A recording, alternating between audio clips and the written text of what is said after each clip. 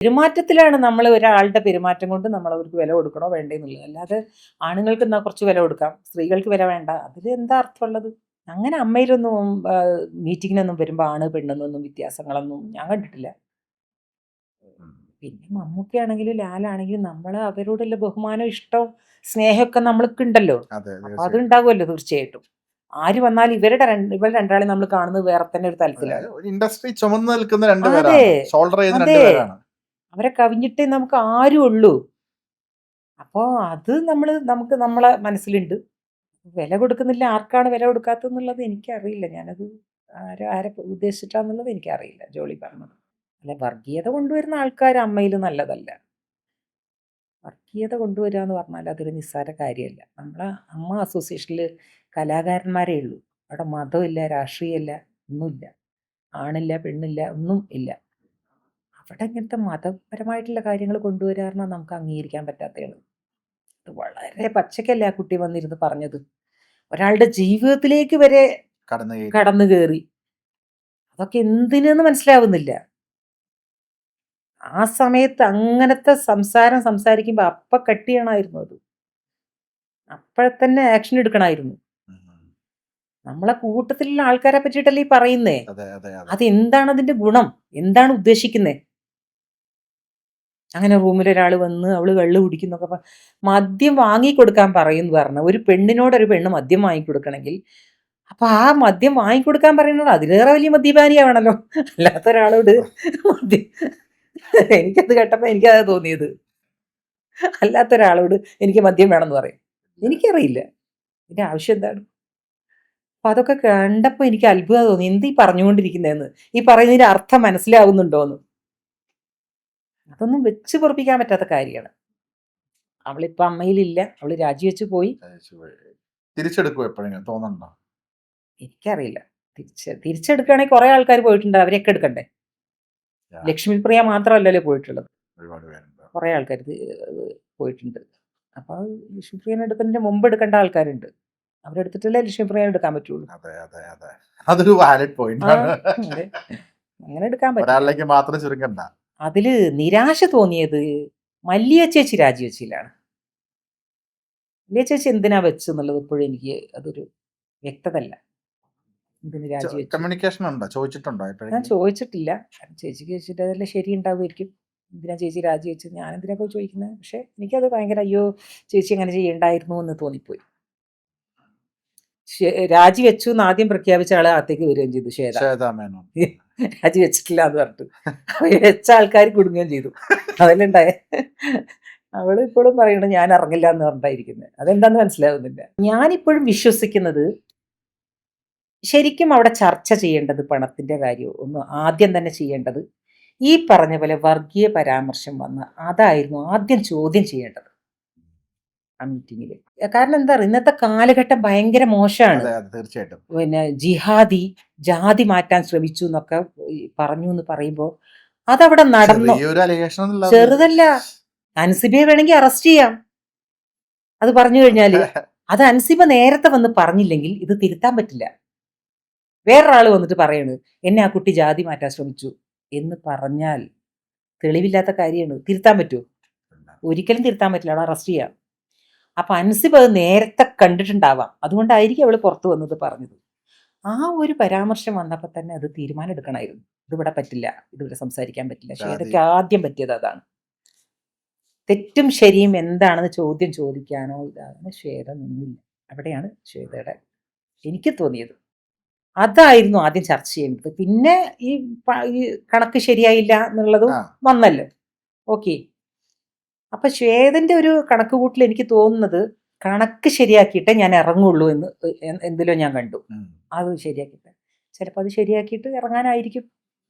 ഈ എനിക്ക് തോന്നുന്നു ശ്വേതാ മേനോൻ നല്ലൊരു ആക്ട്രസ് എന്നതിലുപരി സംഘടനാപരമായ ചുമതലകൾ വലിയ കാര്യമായിട്ട് വഹിക്കാത്തതിന്റെ ഒരു കുറവായി അതുകൊണ്ടായിരിക്കും ഇവരെന്താ പറ്റിച്ച ഇവരൊന്നും ആരോടും ഒന്നും ചോദിച്ചില്ല. നേരത്തെ സംഘടനയിൽ ഉണ്ടായ ആൾക്കാരുമായിട്ട് ചോദിക്കായിരുന്നു ഞങ്ങൾ എന്ത് ചെയ്യണം എന്ന് പറഞ്ഞു. ഇവര് പരസ്പരം അടി കൂടാനാ നോക്കിയത്. ഈഗോ ക്ലാഷ് ആണ് അവിടെ കൂടുതലും വന്നിട്ടുള്ളത്. ഞാനാണ് വലുത്, നീയാണ് വലുത്, പ്രസിഡന്റിനേക്കാളും വലുത് സെക്രട്ടറിയാണ്, സെക്രട്ടറിനേക്കാൾ ഇതാണ്. ആ ഞാൻ പറയട്ടെ, ഇപ്പൊ ശ്വേതയും കുക്കും നോക്കുന്ന സമയത്ത് കുക്കു സിനിമകൾ കുറവായിരിക്കും. പക്ഷെ സെക്രട്ടറിക്ക് ഒരു സ്ഥാനം ഉണ്ടല്ലോ, അതെ സെക്രട്ടറിക്ക് പവർ ഉണ്ടല്ലോ. അതെ ഇപ്പോ മോഹൻലാൽ ഉള്ള സമയത്ത് ഇടവേള ബാബു ആയിരുന്നു സെക്രട്ടറി. അതെ അപ്പൊ ആ സെക്രട്ടറിക്ക് പവർ ഉണ്ടായിരുന്നു അന്ന്. തീർച്ചയായിട്ടും ഒരു ഫോൺ കോളിനപ്പുറം ബാബുചേട്ടൻ ഉണ്ടായിരുന്നു ഇപ്പോഴും. അതെ, ഇപ്പൊ സംസാരിക്കുന്ന ഒക്കെ കൂടുതലും ബാബുചേട്ടനാണ്. ബാബു ആയിരുന്നു സംസാരിച്ചിരുന്നത്. അത് തന്നില്ല. അപ്പൊ അന്ന് മീറ്റിങ്ങിനും അതെ, സംസാരിക്കുന്നത് മുഴുവനും ശ്വേതയായി പോയി. സെക്രട്ടറി അപ്പോഴും വളരെ കുറച്ചേ സംസാരിച്ചിട്ടുള്ളൂ. അവിടെ സെക്രട്ടറിക്ക് എതിരെ ആർക്കും കൈ ചൂണ്ടാൻ സന്ദർഭം കിട്ടിയില്ല. ശ്വേതക്കെതിരെ മാത്രമായിപ്പോയി വന്നത്. അതിന്റെ ഇടയിൽ കൂടെ കുക്കു രക്ഷപ്പെട്ടു. അതാണ്ടായത്. ഇപ്പൊ ശരിക്കും പറഞ്ഞ ഇപ്പൊ കോടതിയിലേക്കൊക്കെ പോകുക എന്ന് പറയുമ്പോ അത് ഒരിക്കലും അംഗീകരിക്കാൻ പറ്റാത്ത കാര്യമാണ്. ഞാൻ പറഞ്ഞില്ലേ, നമ്മളെ വേണ്ടാന്ന് തോന്നുന്ന സ്ഥലത്ത് നിൽക്കാൻ പാടില്ല, പിടിച്ചു നിൽക്കാതിരിക്കുക. അപ്പൊ ഞാൻ ഇപ്പോഴും വിശ്വസിക്കുന്നു, ആ 45 ദിവസം കഴിഞ്ഞു കഴിഞ്ഞാൽ ശ്വേത എല്ലാം ക്ലിയർ ആക്കിയിട്ട് അടുത്ത ജനറൽ ബോഡി വിളിക്കുമെന്ന് ഞാൻ വിശ്വസിക്കും. അടുത്ത ജനറൽ ബോഡി വിളിക്കുന്ന പറയണല്ലോ, അടുത്ത ഇലക്ഷൻ വെക്കണമല്ലോ, അപ്പൊ അത് വിളിക്കുമെന്നാണ് ഞാൻ വിശ്വസിക്കുന്നത്. അതാണ് നല്ലത്. അല്ലെങ്കിൽ ഇതിങ്ങനെ കുറെ ആൾക്കാർ അതിന് എതിര് നിൽക്കും, കുറെ ആൾക്കാർ പറയും ഇത് എത്ര കാലം ജനങ്ങൾക്ക് ഇത് കേട്ടും അടുത്തു. എത്ര നല്ല കാര്യങ്ങൾ ചെയ്യുന്ന ആ സൈഡ് അറിയുന്നില്ല ആൾക്കാർ. ഇപ്പൊ മരുന്ന് കൊടുക്കുന്നു, അറിയുന്നില്ല, അതൊന്നും അറിയുന്നേ ഇല്ല ആൾക്കാർ. ഇതിലേക്ക് എന്താ ഓരോരുത്തർ വന്ന് ചോദിക്കും, നിങ്ങൾ എന്താ സമൂഹത്തിന് വേണ്ടി ചെയ്യുന്നത്? സമൂഹത്തിലുള്ള ആൾക്കാരാണ് ഞങ്ങളും, സമൂഹത്തിന്റെ ഒരു ഭാഗമാണ് ഞങ്ങളും. ഞങ്ങൾക്ക് വേണ്ടി ചെയ്യുന്നുണ്ട്, പുറത്ത് ചെയ്യുന്നുണ്ട്, വീടുകളൊക്കെ ഉണ്ടാക്കി കൊടുത്തിട്ടുണ്ടല്ലോ പാവങ്ങൾക്ക്. അതുപോലെ മരുന്ന് എത്തുക, ഇൻഷുറൻസ്, അത് ചില്ലറ കാര്യമാണോ? 10,000 രൂപ വരെ മരുന്ന് കൊടുക്കുന്നുണ്ട്. അതൊക്കെ ഏത് സംഘടന, ഇതുപോലത്തെ സംഘടന എവിടെ കൊടുക്കുന്നത്? അപ്പൊ അത് നശിപ്പിക്കുക എന്നുള്ളതാണ്. ലാലും മമ്മൂട്ടിയും നിശബ്ദരായിരിക്കുന്നതാണ് ഒരു ടെൻഷൻ. എന്താണ് ചേച്ചി പോസ്റ്റ് ഇട്ടിട്ടുണ്ടായിരുന്നല്ലോ. അതെ, കാരണം അവർക്ക് ഇത് എന്താ ചെയ്യുന്നവര്, എന്തെങ്കിലും ആയിക്കോട്ടെ എന്നുള്ളൊരു ചിന്ത വന്നാ പോയി. പലരും ഇത്തവണത്തെ ജനറൽ ബോഡിയിലൊന്നും കുറെ ആൾക്കാർ വന്നില്ല. അതെ, യങ്സ്റ്റേഴ്സ് ഒക്കെ കൂടുതലും. അത് വരാത്ത എന്തുകൊണ്ടാണ്? ആൾക്കാർക്ക് വലിയ വിലയില്ലാതെ പോയി. അങ്ങനെ ആക്കി ഇവര്. അങ്ങനെയല്ലല്ലോ ഉണ്ടായിരുന്നത്. ഞങ്ങളൊക്കെ വെയിറ്റ് ചെയ്യായിരുന്നു ഓരോ വർഷം വരുമ്പോ. ഈ പ്രാവശ്യം പോയപ്പോൾ ഭയങ്കര ടെൻഷനായിരുന്നു, എന്ത് സംഭവിക്കും. അതേപോലെ സംഭവിക്കുകയും ചെയ്തു. അങ്ങത്തെ വരെ രാജിവെച്ചിട്ടാണ് ശ്വേത പോയത്. പക്ഷെ എഴുതി മെയിൽ ചെയ്തില്ല, പറഞ്ഞുള്ളൂ. പുള്ളിക്കാരി ഏതോ ഡൽഹിയിൽ കഴിഞ്ഞ് നേരെ ഡൽഹിയിലേക്കാ പോയി എന്നൊക്കെ കേട്ടു. അറിയില്ല കേട്ടോ, ഞാൻ കേട്ടതാ. തിരിച്ചു വന്നപ്പോ ആരെയും പറഞ്ഞോ അങ്ങനെ ഇറങ്ങണ്ടെന്ന് പറഞ്ഞിട്ടുണ്ടാവും. ആരോ ഉദ്ദേശിച്ച ഒരു കാര്യമുണ്ട്, നീ വേഗം തിരിച്ചു പോയിക്കോ എന്ന് പറഞ്ഞിട്ടുണ്ടാവും. എന്തോ ലക്ഷ്യം ഉണ്ടാകുമല്ലോ, ആ ലക്ഷ്യമില്ലെങ്കിൽ തിരിച്ചു വരില്ല.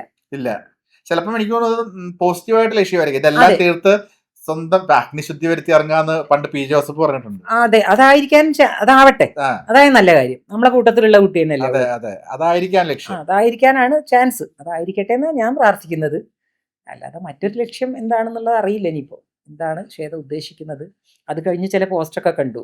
എന്തായിരുന്നു, ആരോപണ വിധേയര്, പിന്നെന്താ ഹേമ, എന്താ ബാബുരാജ് എന്നുള്ള അല്ലല്ലോ പറഞ്ഞത്.